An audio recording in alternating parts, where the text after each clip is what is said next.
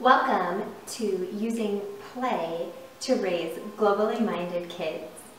My name is Amanda Boyarshinov, and I'm the co-author of the book 100 Fun and Easy Learning Games for Kids and the popular website The Educator Spin on It. I have my K-12 Reading Master certification. I've taught kindergarten and first grade, and I have 3 young kids. Today, I'm going to share with you 3 simple ways to bring more cultural learning into your everyday play using very, very simple tools. I invite you to head over to theeducatorspinonit.com and search in the toolbar for Pretend Play Printables for Global Learning. And there you're going to find the activities that I'm talking about today, as well as the free printables, to make this as easy as possible for you to include more global learning into your child's everyday play. Using your pretend kitchen is a great way to bring global learning into play. The first thing I suggest you to do is to add labels. This is a refrigerator.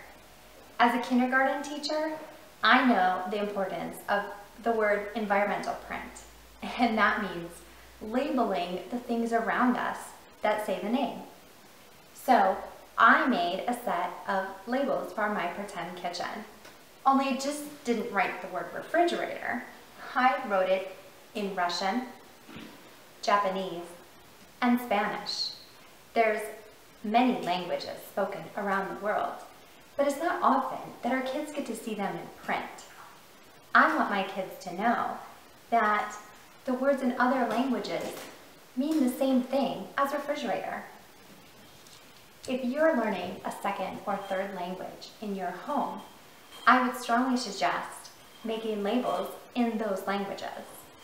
Now, I don't speak Russian, Japanese, and Spanish, but I want my kids to see those words in print. The key to environmental print is to put it as close as you can to that specific object. So the microwave is next to the microwave. But it's also to use it. Because if you don't talk with your kids about the environmental print or word labels on the object, they won't know that. Or they won't know what it means. So for example, if I have the word oven on my oven, I'll use that in play. And I might ask my son, do you want to put cookies in the oven? That's the word oven.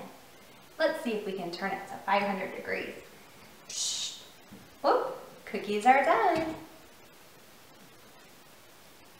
The second way to incorporate more global learning into your pretend play kitchen is with books.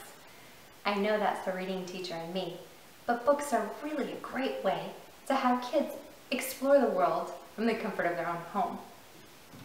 My favorite place to find them is at the used bookstore, and I head right to the cooking section because there they have anything from Asian to Russian, Japanese.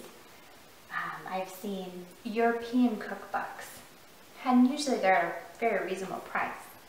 When I look for cookbooks for my pretend play kitchen, I'm also looking for books with lots of color and flaps and things that children want to explore. So my son might turn to a page and say, oh, I want to make that. And then he'll come and grab his pretend food and go to the oven and, well, make it. In addition to cookbooks, you can also find fiction or nonfiction books about cooking, like a family favorite, Rainbow Stew. In this book, the grandpa has his grandkids pick vegetables from the garden and make stew at the end. We always seem to talk about how our family makes soup and how other families from around the world make soup. It's a great springboard for discussion. How does your family make soup? The last thing in regards to books is menus. And I add the word menu into the book section because it is printed words. It's not bound like a book is, but it's still something that kids can read and interact with. I've made a very simple Russian menu, which you can print at the educator's spin on it. If you look for pretend, play, printables for global learning, it's part of that. And I try to keep my homemade ones simple so that my preschooler can practice ordering. If I have a laminator, I could put it through that. Or you can use a see-through folder and a dry erase marker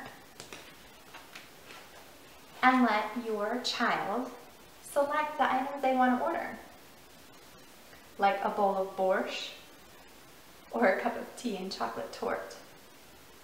Then they can add up those numbers for a total.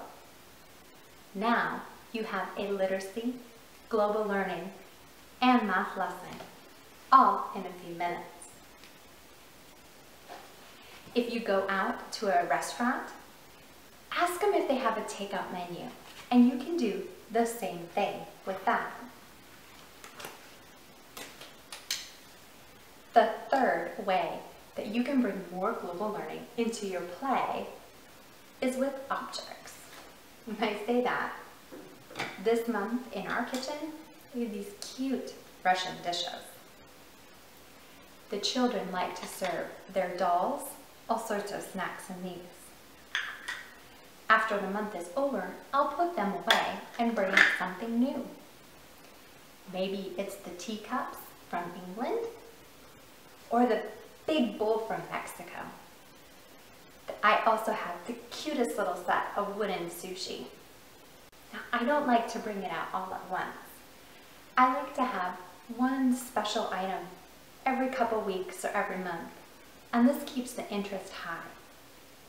No matter what you do, I hope that this short lesson gave you a lot of inspiration on how you can make your child's play even more global focused.